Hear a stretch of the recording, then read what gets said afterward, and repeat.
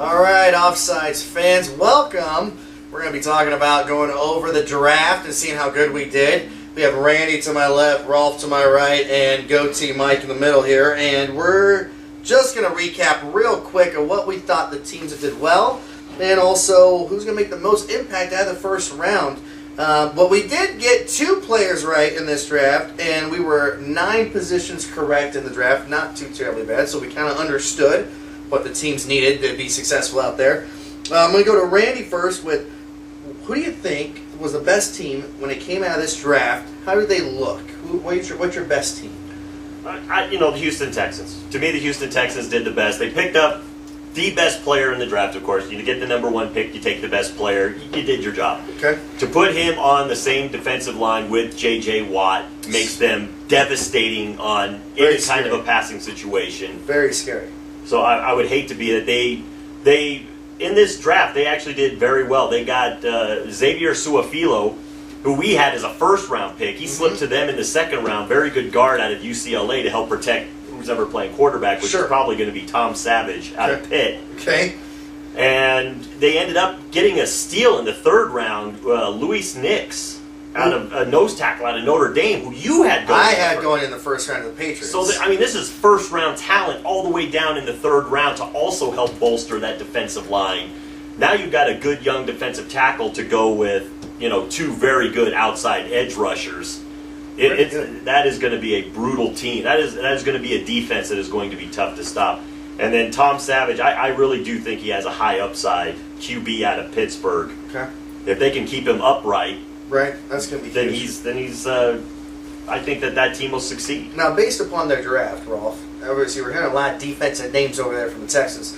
Yeah. Are they kind of throwing in the towel when it comes to their offense, saying, "Look, we're just needing defense to stop the Colts and these other teams out there that are in our division because we're not exactly ready to put up 55 points." I think they were ready to take a quarterback with their first pick in the second round, but when Minnesota traded back into the first round to get Teddy Bridgewater, that kind of changed their plan. Yeah. Okay, changed their plan. Okay. I think they wanted to. I think that just changed everything for them, and they just went with the best player available at that point, which was Su'a-Filo. There you go. There you go. Well, and you also got to figure the other quarterback that was at the top of that was Derek Carr. Okay. And you could not draft him on the legacy because David Carr had such a bad legacy. You can't bring in this young kid to all of a sudden just basically as soon as he steps out on the field, they see CARR and they're just going to boo. Yeah. So, you can't do that to him. You could have the same argument about Archie Manning and Peyton Manning, right? Archie Manning wasn't that good at the Saints. He got taken out, right, back in his heyday. Then he has some sons they call Peyton Manning, Eli Manning, and then before you know it, they're studs. So the name does play a role a little bit, but then again, their college stats obviously spoke differently. Well, but you're also got to figure, Peyton Manning went to the Indianapolis Colts. He wasn't going to the Saints. Right. Whereas this guy had the potential to end up at the same team that his brother was that he did so poorly with. Disastrous. It's not good to see, it's all of a sudden boo because they see Carr. They see Carr again, like, whoa, wait a minute. We Deja vu. path, Deja vu, yeah, I got you. Okay, great. What was your team that you liked out of the draft over here? I love what the Browns did with their team, with all their picks. The first round was great. They got Justin Gilbert. I think you got 2 shutdown corners now on that team. Right? Yeah, that's awesome. Massive. These guys are basically the Seahawks of the East at this point. Right. Based upon their draft and what they're building on the defensive side. Yeah. It looks just like the Seahawks. Yeah. They picked up Johnny Football, who compared to Russell Wilson, right? We'll see if that happens. Right. I don't think it'll be that good, but right. Well, that's still to be seen. Yeah. That's amazing. They picked up a running back, which they didn't have a running back anyway, because they gave up Richardson to the Colts. Right. So and then they got a couple more defensive picks and an offensive line. They didn't address wide receiver, which was a huge concern, but right, because they lost Gordon probably for the year. The Seahawks don't have any great wide receivers either, so they figured out how to win. they still won the Super Bowl. There you go. So I think they did a great job. They're just mounting themselves right after the Seahawks. Gotcha. Well, see, my favorite part about this whole thing is that the Seahawks did this one time with this weird blueprint of we don't have any wide receivers, we got a really good defense, we got a short quarterback that can scramble around everywhere and make plays. And now everybody wants to do that. It's like, hey, Johnny Manziel is like the white Russell Wilson. He's slightly taller, and we're not going to give him any wide receivers, so he has to run around constantly for his life. And figure it out. And we're going to win the Super Bowl. Yeah, we're going to no, that's not going to happen, Cleveland. I don't know. 5 or 6 corners go in the first round. I mean, it was interesting to see that.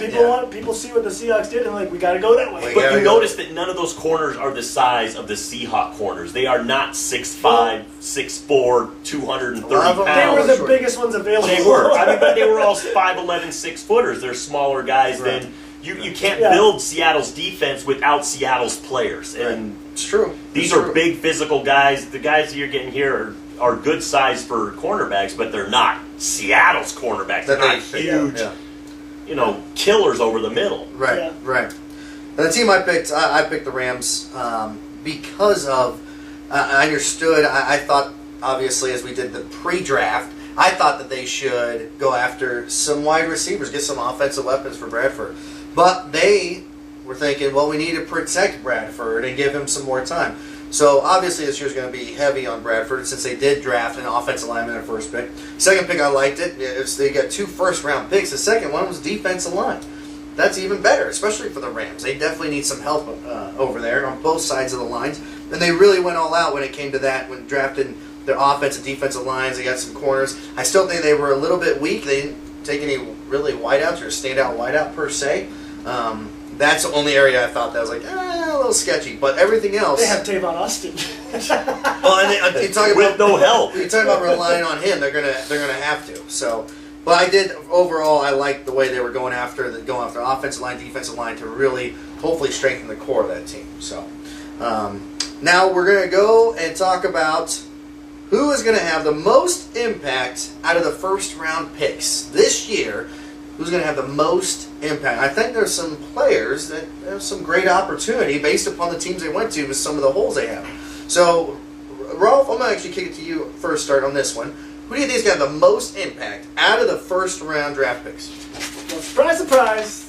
I'm going with Clinton Dix from the Green Bay Packers. Surprise! Surprise!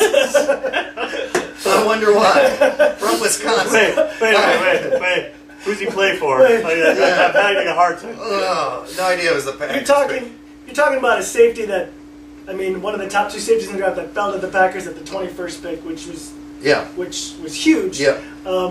We had the worst safety tandem in the league at last year, and it's just hard. I mean, I predict there's no way he's not going to be a starter because we have such bad safeties. Right. And it's with the quality of safeties that you have, it's hard to not have an impact. Right. I mean, there's just no way you can not make it better. Ranked one of the bottom, I believe, in last year when we it had came to the we had no turnovers from the safeties. No turnovers. Zero turnovers. So as long as if he picks one ball off, that's already 100% in the right direction. It's a huge turnaround. If he gets one fumble recovery, all of a sudden it's like you've made an impact compared to the previous safeties. I don't think you're trying very hard. I'm just saying it's too easy. It's too easy. It's low-hanging fruit. It should be. It should be. I mean, leave it to the short person to find the low-hanging fruit. That's all I can grab. And the Packers need this. I mean, they really need some defensive presence. Ever since their years of having a good Super Bowl run team years ago, when they did have some defensive members on there, we have a lot of names on there that should mean something, but it just means something on paper. We never see it go to we won the Super Bowl. We had Woodson. We had Nick Collins. B.J. Raji. We had all and Clay Matthews. Yep. We had all these stars, and now we have Clay Matthews that's playing well, and that's it. He's hurt. And he's hurt. Well, and he's getting killed out there. Yeah, he's getting double teamed. They're going after him. And I don't think A.J. Hawk has ever been really the impact guy that they thought he would be. No, he's been a serviceable middle. He's been solid, but he's never been like a huge impact guy. He's just kind of filled the middle and done a nice job of it. But I'm sure when they picked him, he was a first-round pick, wasn't he? Yeah, I'm sure they were expecting a lot more out of him. Stay away from Ohio State linebackers. Right. I mean, that's... As long as you don't say Ohio State quarterbacks, we're fine. Yeah, there you go. So that's huge. Okay, so what do you have? What do you think is going to be the most impact, Randy? First round. I'm going to the last pick of the third round that Minnesota traded up to get. I'm going with Teddy Bridgewater. B-Water, huh? You got to figure. The Minnesota Vikings and the Packers right here. Yeah, right there. Yeah, I'm sorry, Rolf. I'm sorry. That's the awesome. They're gonna smoke that defense of yours again. With Teddy Bridgewater. Yeah, with Teddy Bridgewater. How embarrassing is that going to be? Bridge over troubled waters. But Packers are okay, so but does he start right away? Does he start halfway through the year? Okay, you've got Christian Ponder and you got Matt Cassell. Why wouldn't you start Teddy Bridgewater right away? The fact of the matter is they have a very good running game with Adrian Peterson. Yes. That takes a lot of pressure off this kid. Right. Don't take any pressure off of Christian Ponder. But Christian Ponder was god-awful. And you got to look, they picked him with the number 9 or what they pick him with? Yeah, they picked him up there in the top 10. Really high, and everybody said it was a reach pick when they picked him. Right. This time Bridgewater slips all the way down to him, and I think it was a good value pick for them at 32. Yeah. Considering probably Texans would have probably got him in the first They round. would have jumped up and they probably would have taken him. Yeah. That's the only reason they So I think Bridgewater was coveted by a couple of teams that were still yet to draft. Minnesota jumped in front of those guys. Right. I just think that with Adrian Peterson to relieve a lot of that pressure there, he is going to have a very good season, and he is. I think the Minnesota Vikings will probably win 9 or 10 games. I would almost predict them to make the playoffs. Wow. Because I think their defense is solid enough. Adrian Peterson is going to like having a quarterback that can throw the ball downfield. Not like Christian Ponder that can sit there and throw a screen pass every once in a while and then turn to, hand it off. Yeah. Then that's all he could do. Adrian Peterson's getting the ball the whole game. I mean, what are you going to do? He's going to break down eventually. I don't think he's going to be the day one starter, though. No? You don't think so? What do you think, Rolf? Wasn't he the one that practices poorly but plays better in games? Correct. Absolutely. Correct. Yes, he does. So I don't think they're not going to see enough of him in the first couple of weeks. Yeah, in the preseason and all that. So what do you think? Week 4 to make him the first week starter. Halfway through the season when Matt Castle's struggling. When Matt Castle's trying to figure out how to play football again. I just think that he will have an impact because even if he only plays 9 or 10 games, he's going to have an impact on that team. He is going to turn. You got to figure this was a team that was drafting very high up in the draft because they had like 5 or 6 wins. Right. I think Bridgewater will account for those 5 or 6 by himself. Whether Castle starts the first 8, I think that if Bridgewater comes in, he'll win 5 of his last 8. And whatever Castle gets before that is just gravy. Right. So I mean, I just believe that Bridgewater to me was the second best quarterback in this draft, behind Blake Bortles. I still believe that. I still think that he plays better than he practices. We've seen that. Yeah.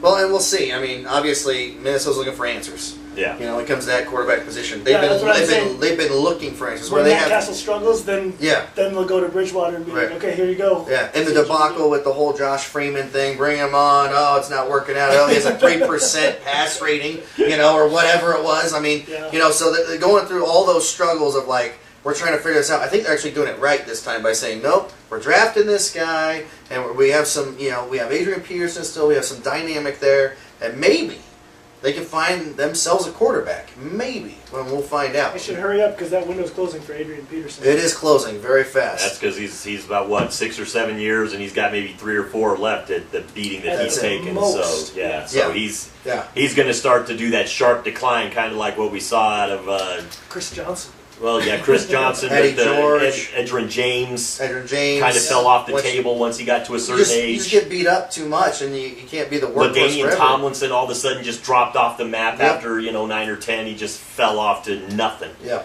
So it happens, and he's got it. They got to get him something now, or otherwise they're just going to have nothing to send him to a good team. Yeah. To be a backup. Yeah, we'll see. And then for me, I picked Cooks.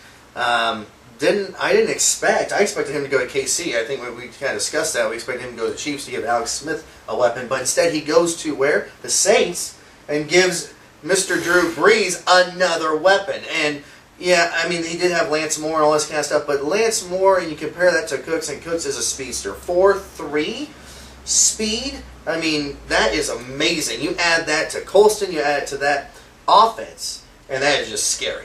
That is just scary. And with Jimmy Graham as well. I mean, so that's going to be an arsenal. And Breeze is pumped, I'm sure. Because like you talk about fly routes or a 2-yard slant, turning it from a 2-yard slant to freaking touchdowns, that kid can do it. Well, and they say that the the Saints offense will be even more effective because now they do have a guy that can stretch the field, and that makes And be the slot. Colston and Graham even more dangerous. Oh, yeah. Because now you've got a safety that's got to play deep, that's got to account for the speedster that's just running out there. Oh, yeah. So now what do? Do you bring up the safety to take on Graham? Right. Or do you hope that the rookie doesn't catch it when Drew Brees drops it right in his hands? Yeah, and Breeze very, very accurate. And, the Saints have always been a really good offense. And Except when they're outside. Except when they're outside. This is true. And they're going to have to figure that out if in fact they do play the Seahawks again in the playoffs. But I think this adds another dynamic, kind of like the Broncos offense of last year. We had Wes Welker underneath and stuff like that. It definitely opens the field up more, and I think, adding Cooks to that, very surprising, but much needed for them, and I think it's going to be huge. So that's it for us. We're out of here. We will see you as we get ready for the NFL season 2014. We're out.